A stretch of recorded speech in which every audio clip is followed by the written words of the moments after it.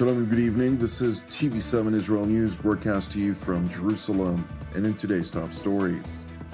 Israel inches closer to achieving its military objectives within the limited mandate that was granted to the IDF. Ayatollah Ali Khamenei's top advisor travels to Damascus and Beirut as the Islamic Republic of Iran seeks to preserve its interests amid back-channel diplomacy aimed at ending the war in Lebanon. The Christian Lebanese Forces party leader Samir Jiajia calls for the implementation of the Taif Agreement, which focuses on the disarmament of Hezbollah.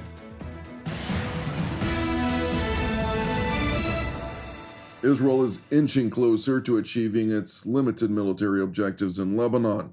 The main goal, which Jerusalem mandated the IDF to pursue, is to eradicate the Iranian proxy Hezbollah, including its military infrastructure, at 5 to 10 kilometers depth along the entirety of the Israel-Lebanon border.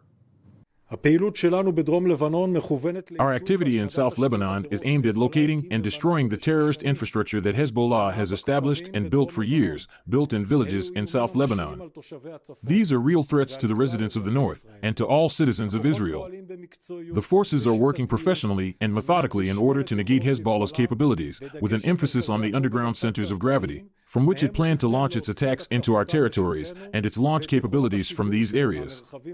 The forces are accompanied by fire from the ground and the air, operating on the basis of accurate intelligence in new locations where we have not yet operated. These are areas from which we detected firing towards the northern settlements.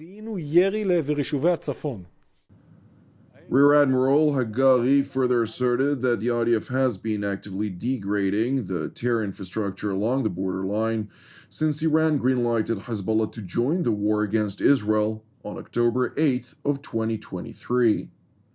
From the start of the war, our forces operated in the village of Kila, as well as in other villages in the territory of southern Lebanon, and during the ground maneuver they uncovered and destroyed dozens of additional underground infrastructures, hundreds of Hezbollah military buildings, and hundreds of launchers, weapons, and combat equipment belonging to Radwan terrorists. While IDF ground forces are making good progress in eradicating the Iran-funded terror infrastructure along Israel's borderline, the Israeli Air Force is pursuing Hezbollah throughout Lebanon. In parallel to the ground activity in southern Lebanon, we continue to attack from the air. We are attacking all over Lebanon, from Deir to Damascus. Last week, we attacked more than 300 targets from the air throughout Lebanon, of which about 40 targets were in the heart of Deir in Beirut. We attacked ammunition depots, military headquarters, and a Hezbollah missile battery. We have destroyed most of Hezbollah's production sites and munitions warehouses in Beirut, and we continue to damage what remains. In recent days, the IDF has also ratcheted up aerial sorties against Iranian efforts to smuggle munitions from Syria into Lebanon.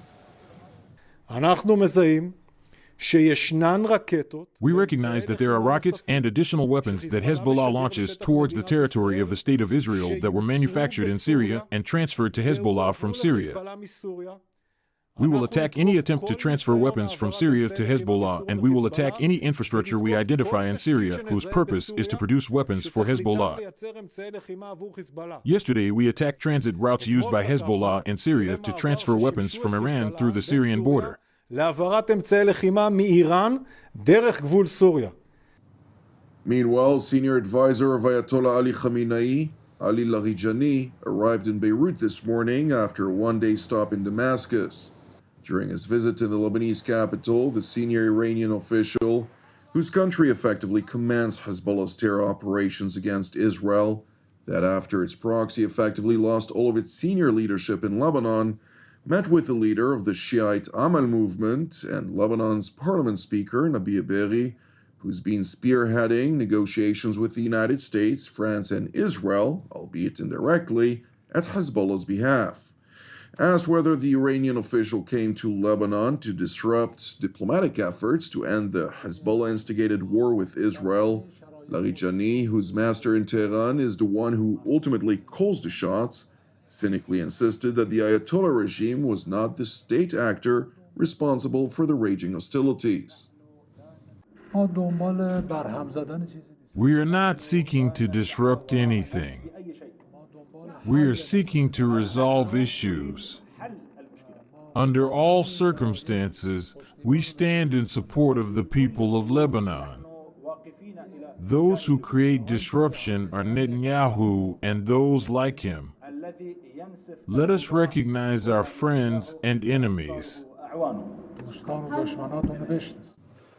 Larijani went on to acknowledge the Islamic Republic's unyielding support for its terror proxies, which it labels as an axis of resistance, while in contrast to Iran's known involvement in directing its proxies to include Hezbollah in particular, he blatantly claimed that Hezbollah operates based on its own discretion.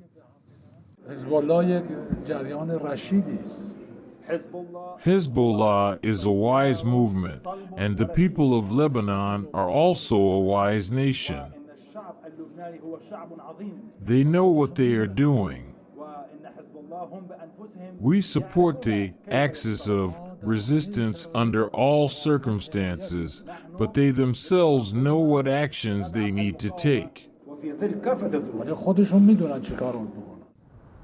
It is important to note that the Biden administration is spearheading an outline aimed at reviving UN Security Council Resolution 1701, in which it seeks to also involve Russia, which maintains significant influence in Syria, to establish guarantees that will prevent Iranian smuggling of munitions into Lebanon.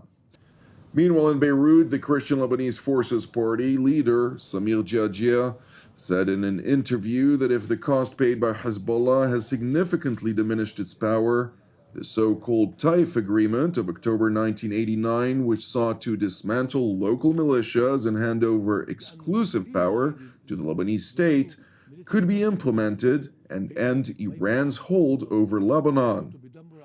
إذا بدك اللي عم بصير هلا هو الخيار الأخير اللي طرحتيه يعني وكأنه في البعض ناطرين. What is happening now is the last resort, as if some people are waiting for Israel to have destroyed everything, and with the destruction of all of Hezbollah's infrastructure and its warehouses, a big part of Lebanon is also being destroyed. That is the price. We should not wait for this. The best solution and the shortest solution to this is for Hezbollah, after everything happened, should contact the Lebanese state, especially if you take into consideration that they have a majority in this government not just by one or two voices. They should say, that's it, we implement Taif Agreement and the international resolutions, 1559, 1680, 1701. That is the shortest way to end the war. The least costly way for Lebanon and for the Lebanese people is this way. The Christian Lebanese Forces Party leader continued by pushing back at the Iranian narrative, which is parroted by Hezbollah and its local supporters, that Israel is seeking to reoccupy Lebanon. The new military doctrine of Israel is not to go in and stay. They go in, destroy their enemy, and then get out. If the enemy goes in, they go back in and destroy. Now the second phase, I don't know how long it will continue, but we will end with another row of villages deeper into Lebanon being destroyed like in the first phase, and their people displaced. Samir Geagea also addressed rising concerns over prospects of civil war erupting in Lebanon after the Iran-directed war between Hezbollah and Israel ends.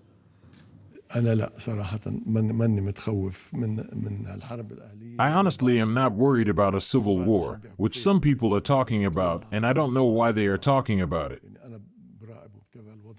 If I'm looking at the facts, and we're following in every village and all the areas in Lebanon, anywhere we have presence or people we look after, I honestly don't see it. I see a big displacement, and because of the shortages there could be problems here or there, but those are normal problems.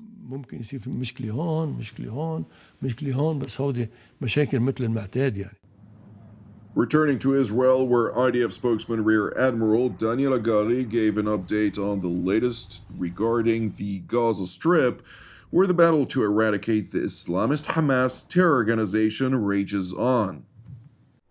בעזה, כוחות צה"ל נלחמים בצפון הרצועה Gaza, IDF forces are fighting in the north of the Gaza Strip in Beit Lahia and Jabalia. This week there were heavy battles in Jabalia, in which we lost 5 commanders and fighters. May their memory be blessed. In the center of the Gaza Strip, IDF forces are carrying out targeted raids near the Nuseirat region, and in the south of the Gaza Strip, the Gaza Division is fighting in the Rafah area.